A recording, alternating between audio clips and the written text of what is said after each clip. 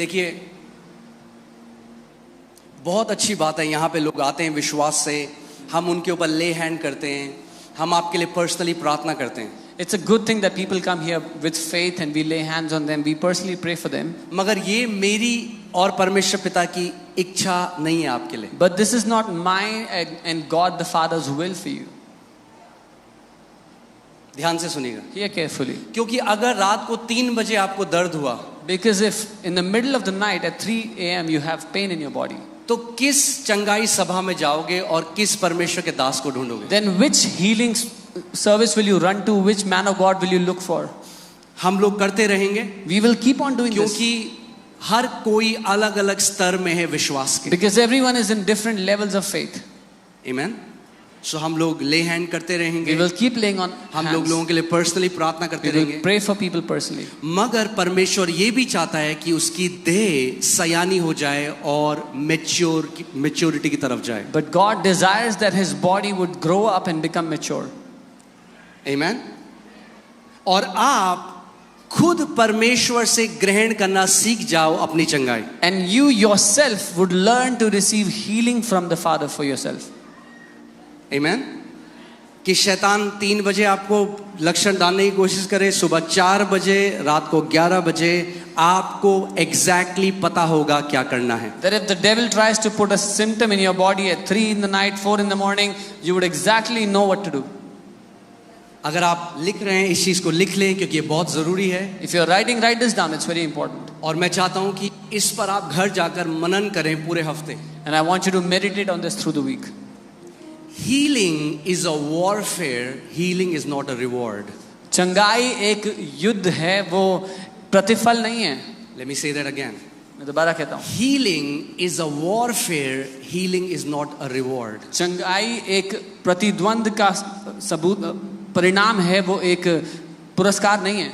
क्योंकि majority of believers जो हैं, विश्वासी जो हैं, वो क्या सोच रहे हैं कि मुझे चंगाई के लिए किसको मनाना पड़ेगा?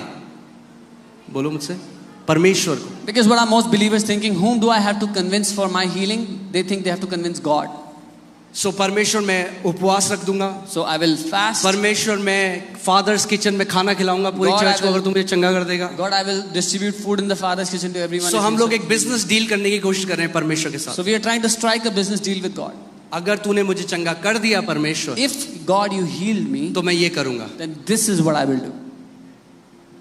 मगर ये हमें सीखना है But we कि have to learn आपकी चंगाई परमेश्वर रोके हुए नहीं है. that God is not the one holding back on पड़ोसी your को healing. बोलो, आपकी चंगाई परमेश्वर रोके हुए नहीं है. Tell your neighbor, God is not holding back your healing. आपकी चंगाई किसने रोकी है? Who has held back your healing? शैतान ने. The devil. इसीलिए मैंने आपको क्या बोला, चंगाई क्या है?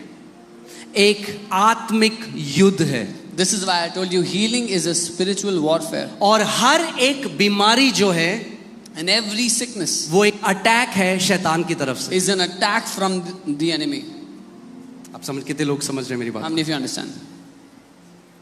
शैतान का एक ही पर्पस है, एक ही उद्देश्य है. The devil has only one motive, one aim. यूहन्ना 10:10 में प्रभु यीशु मसीह ने कहा, शैतान इसलिए आया, जो दुश्मन है, जो शैतान है, वो इसलिए आया क्या करे? चोरी करे, हत्या करे और घात करे. उसका यही काम है, यही उद्देश्य है. Jesus told us in John 10:10, the devil, the enemy, has come for one purpose only, to steal, to kill and to destroy. Amen. So आज मैं चाहता हूँ इस चीज को आप सबसे पहले समझो.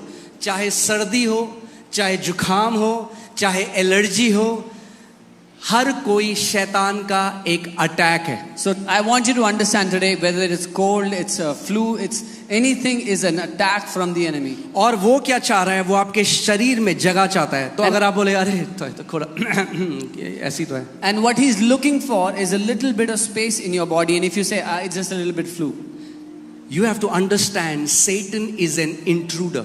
आपको समझना है कि जो शैतान है वो कब्जा करने वालों में से है. He's an intruder. वो घुसपैठिया है. हम देखा है लोग जमीनों पे कब्जा कर देते हैं, You've seen how people intrude into. पहले थोड़ा सा, फिर थोड़ा और आगे, फिर थोड़ा और आगे, थोड़ा और They आगे. keep extending into a land bit by bit. ऐसे ही वो आपके शरीर के साथ भी करता है. This is what the devil does to your body. कितने लोगों को मेरी बात समझ में आ रही है? How many people understand what I'm saying?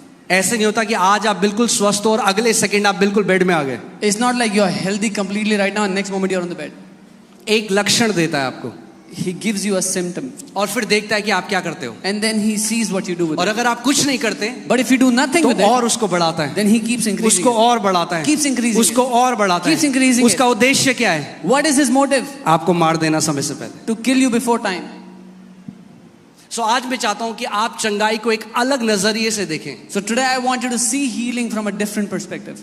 और आप समझ पाएंगे, क्योंकि लोग बोलते हैं अगर परमेश्वर है तो परमेश्वर हमारे लिए क्यों नहीं करता है. So that you can understand, because people say if God is there, why doesn't he do anything for us? तो ध्यान से इसको सुनिए. So hear this carefully. Healing Changai. Is a warfare. Changai एक युद्ध है. और अगर चंगाई एक युद्ध है और अगर आप एक युद्ध के बीच में हैं, इसका मतलब आपके पास हथियार होने चाहिए युद्ध को लड़ने के लिए. And if healing is a warfare and you're in the middle of a warfare, that means you should have weapons to fight the fight.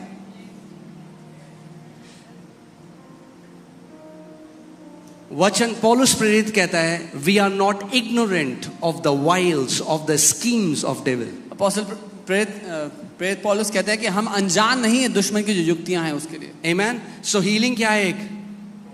एक वॉरफेयर है. Healing is a warfare.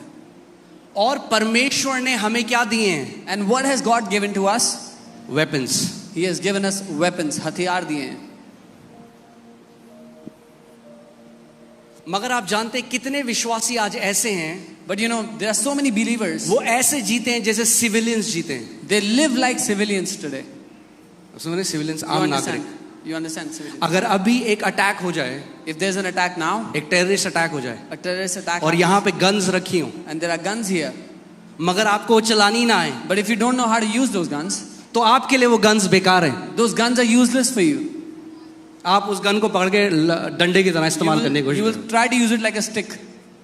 हो सकता है वो सबसे आधुनिक, सबसे हाईटेक वेपन है, Maybe it is the most advanced, most modern weapon. मगर क्योंकि आपको वो हथियार चलाना नहीं आता, आपके लिए वो हथियार यूजलेस है. But because you don't know how to use that weapon, it's useless for you.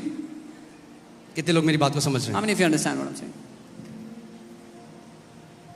ऐसे ही कितने मसीह हैं जो नहीं जानते जो हथियार परमेश्वर ने उनको दे दिए हैं, जो अधिकार परमेश्वर ने उनको दे दिया है, और वो हमेशा गिड़गिड़ाते हैं और भीख मांगते हैं. Similarly, there are so many believers who do not know the authority that God has given to them, the weapons that God has given to them, so all the time they are begging and pleading. दूसरा कुरिन्थियों 10, पहले हम 4 देखते हैं. 2 Corinthians 10 verse 4 and 5. 4 और 5. Hallelujah. यहां पे लिखा है, क्योंकि हमारी लड़ाई के हथियार शारीरिक, क्योंकि हमारी लड़ाई के हथियार शारीरिक नहीं, यानी एक लड़ाई है. It says because the weapons of our warfare are not carnal or physical. It means there is a warfare. पड़ोसी को बोलो एक लड़ाई है. Tell your neighbor there is a warfare. आज आपकी कॉम्बैट ट्रेनिंग है संडे को. Sunday is your combat training day. आपकी आत्मा में कॉम्बैट ट्रेनिंग है. This is your spiritual combat training day. आमेन. जैसे जो सेना में भर्ती होता है उनको सिखाया जाता है कि हथियार को कैसे चलाना है, आज पवित्र आत्मा आपको सिखाएगा कि वो आत्मिक हथियारों को कैसे चलाना है. Like those who join the army are trained how to use weapons. Today the Holy Spirit will teach you how to use weapons in the Amen. Spirit. फिर से आप लगाइए, हमारी लड़ाई के हथियार क्या नहीं है? क्या नहीं है? शारीरिक नहीं है. इंग्लिश बाइबल कहती है हमारी जो हथियार है वो कार्नल नहीं है, शारीरिक नहीं है. The English Bible calls them, they are not carnal. इसका मतलब क्या है? What does it इसका mean? मतलब वो हथियार नहीं है जिनको आप हाथ से पकड़ सको. तलवार, भाले, गन, बॉम्ब, ग्रेनेड, ये नहीं है हथियार. They're not such weapons which you can hold with your hands, guns, swords, whatever. मगर हथियार हैं, But we have weapons. मगर वो आत्मिक हथियार है. But they are spiritual weapons. Amen? Amen. कितने लोग मेरी बात समझ रहे हैं? How many people understand? आत्मिक हथियार परमेश्वर ने आपको दिया है. God has given you spiritual weapons. परमेश्वर आपके लिए हथियार इस्तेमाल नहीं करेगा, आपको सीखना पड़ेगा उन आत्मिक हथियारों को कैसे चलाना है. But God will not use the weapons on your behalf. You will have to learn how to use the weapons. कितने लोगों को मेरी बात समझ आ रही है? How many of you understand? Army को क्यों वेपन दिए जाते हैं? हम सबको वेपन क्यों नहीं दिए जाते? Why does the army get to have weapons and we don't?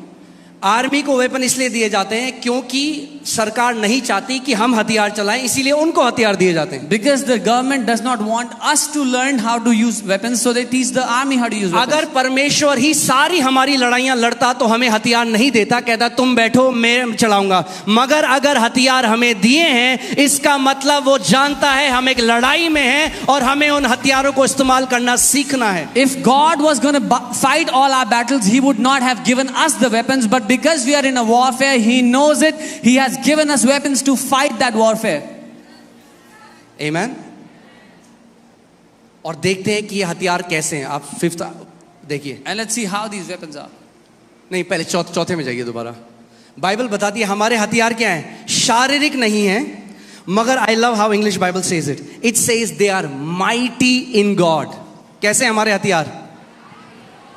कैसे हमारे हथियार? माइटी. और यहाँ माइटी का लिखा है मतलब समझ रहे हैं? कि वो जो हथियार है वो सामर्थी है, महान है. मतलब छर्रे वाली पिस्तौल नहीं दी है परमेश्वर, न्यूक्लियर बॉम्ब दिए हैं. माइटी. Amen. माइटी हथियार दिए हैं, महान हथियार दिए हैं परमेश्वर ने आपको. God has given us mighty weapons of warfare.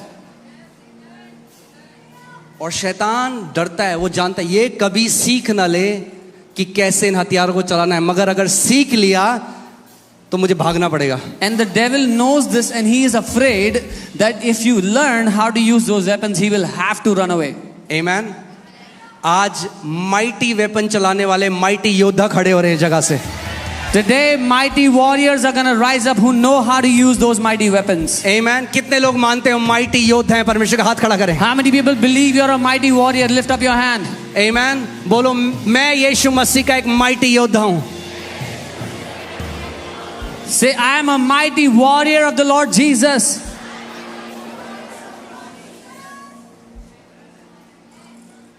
Amen.